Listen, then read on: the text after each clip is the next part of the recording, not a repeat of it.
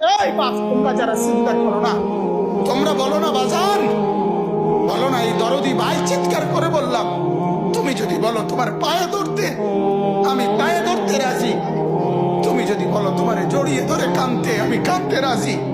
তুমি বলো কেন আল্লাহর সাথে রাগ করলা, কেন আল্লাহর সাথে রাগ করলা, কেন আল্লাহর সাথে নারাজ হইলা, কেন সেজদা কপালে জুটলো না, কেন মালিকের সাথে সারাদিনের এত কিছুর বিনিময়ে আল্লাহ তাআলা একটা মিস কল দিলে, 2 সেকেন্ডের একটা মিস কল দিলে বন্ধু তুমি টের পাও তোমার মোবাইলে মিস কল আসছে।